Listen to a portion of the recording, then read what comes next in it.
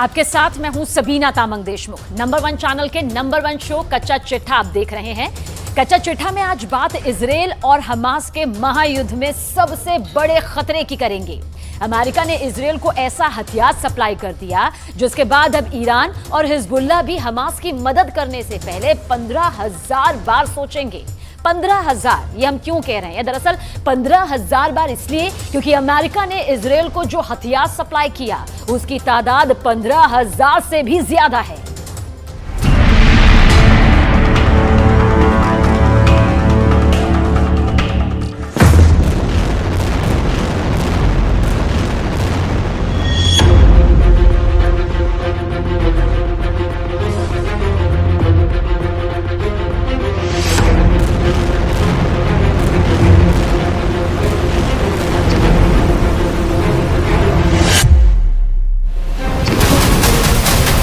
उत्तर Gaza फट रहा, अब दक्षिण गाजा फट रहा है। इजरायल पूरे गाजा को मिट्टी में मिला रहा है। सीज फायर खत्म होने के बाद गाजा को खत्म करने की तस्वीरें फिर से आनी शुरू हो चुकी हैं। लेकिन गाजा पर मौत बरसाने वाली तबाही के पीछे इजरायल ही नहीं बल्कि अमेरिका का असलहा है। हमास को खत्म करने के लिए अमेरिका ने इजरायल को 15,000 बंकर बस्टर बम भेजे हैं। गाजा पर बमबारी के लिए अमेरिका ने इजरायल को 57,000 तोप के गोले सप्लाई किए हैं। एक तरह से बाइडन मौत बांट रहे हैं। ये इल्जाम अमेरिका पर बार बार लग रहा है। अब 15,000 बंकर बस्टर बम बांटकर बाइडन ने इजरायल को बता दिया है कि हमास के खत्म होने तक, गाजा की एक एक इमारत के तबाह होने तक अमेरिका नेतन्याहू के साथ है। हमास की सुरंग ही हमास का सबसे बड़ा हथियार है। इन्हीं सुरंगों में से ही हमास के हमलावर ताक लगाए बैठे हैं। इस सुरंग नेटवर्क का इस्तेमाल करते हुए ही हमास इजरायल की सेना को घेर कर मारना चाहता है। सवाल है कि ऐसे में इजरायल कैसे सुरंगों के नेटवर्क को तबाह कर सकता है? तो जवाब है ट्रिपल बी, यानी बंकर बस्टर बम।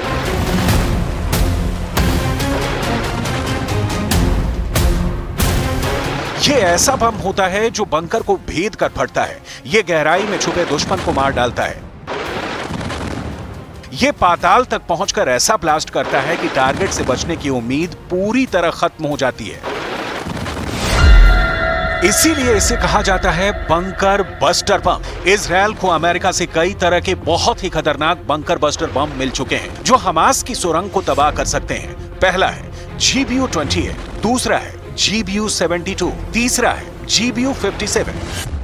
נמשיך במלחמה עד שנשיג את כל מטרותיה.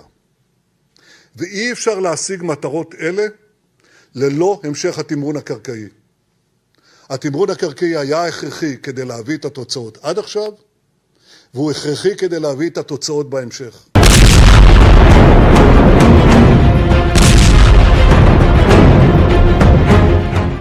इजरायल की एयरफोर्स इस वक्त गाजा की इमारतों को मलबे में तब्दील कर रही है। इसमें ज्यादातर धमाके ऐसे हैं जो हमास की बजाय आम लोगों को निशाना बना रहे हैं। 15,000 से ज्यादा मौत हो चुकी है और इनमें हमास के गिने चुने कमांडर मारे गए हैं, जबकि इजरायल की बमबारी में 6,500 से ज्यादा बच्चों की जान जा चुकी है। हमास को मारने के लिए इजरायल बेतरतीब बमबारी कर रहा है क्योंकि इजरायल का कहना है कि वो हमास को खत्म करने के लिए गाजा का कोई कोना नहीं छोड़ेगा और जाहिर है कि इजरायल को अमेरिका की मदद जारी रहेगी। Dynamic will continue to do everything we can to emphasize to the Israelis the necessity to operate within the law of war, but also protect civilians in the battle space.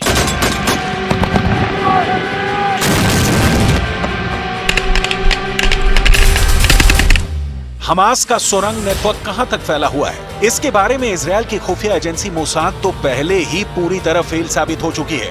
वैसे Hamas की सुरंगों के network को खत्म करने के लिए Israel की एयरफोर्स 3 तरह के बहुत महंगे बंकर बस्टर बम इस्तेमाल करती आ रही है।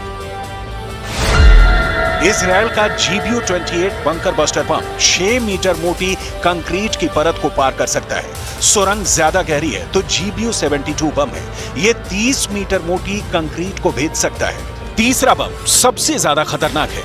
ये है GBU-57, जो 60 मीटर की सतह को भेदने के बाद तबाही मचाता है। यानी जमीन के 60 मीटर गहराई में छुपना भी मौत से नहीं बचा पाएगा।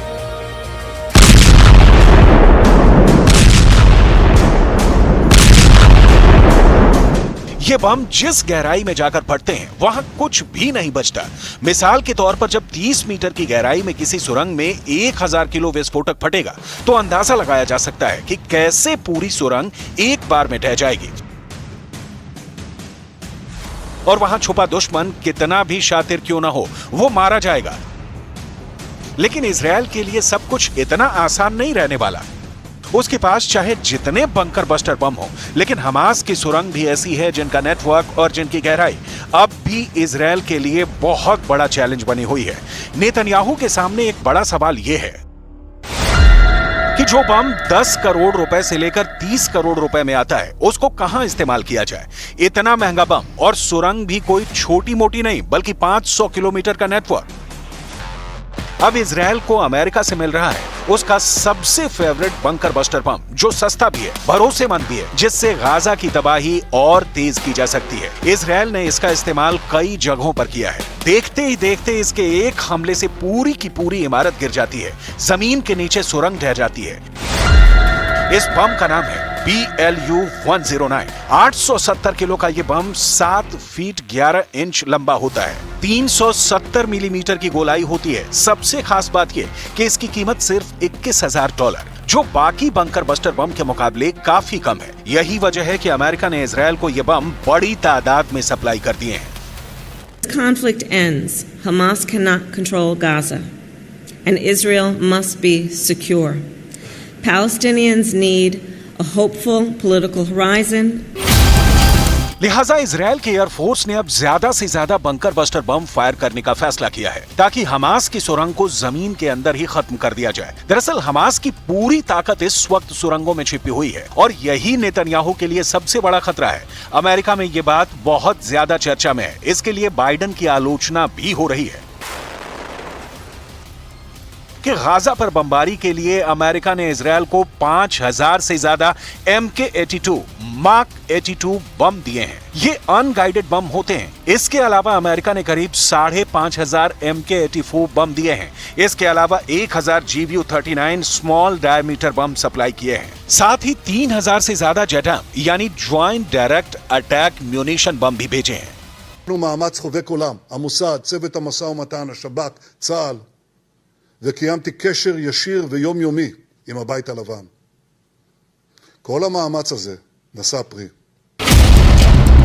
गाजा में चाहे ऊपर बड़ी बड़ी इमारतें ढहाई जा रही हैं, रिहायशी इलाके पूरी तरह मलबे वाला कब्रिस्तान बन चुके हैं। वहां जमीन के नीचे हमास का ऐसा जाल फैला हुआ है कि उसका बाल भी बांका करना नेतन्याहू और उनकी फौज के लिए पसीने छुड़ाने जैसा होगा। अब तक इजरायल ने कितने बंकर बस्टर बम इस्तेमाल किए, ये बात पुख्ता तौर पर नहीं कही जा सकती, लेकिन इजरायल का दावा है कि उसने हमास की करीब 800 सुरंग तबाह कर दी है।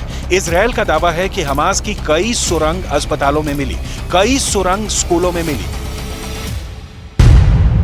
गाजा के इस मैप पर आप हमास का टनल नेटवर्क देख सकते हैं। गाजा के अंदर ये नेटवर्क 500 किलोमीटर का बताया जाता है और कई जगह ये सुरंग 500 फीट की गहराई में है, यानी सतह से करीब 150 मीटर नीचे है। ये इतनी गहराई है जहां पर कोई बंकर बस्टर बम नहीं पहुंच सकता।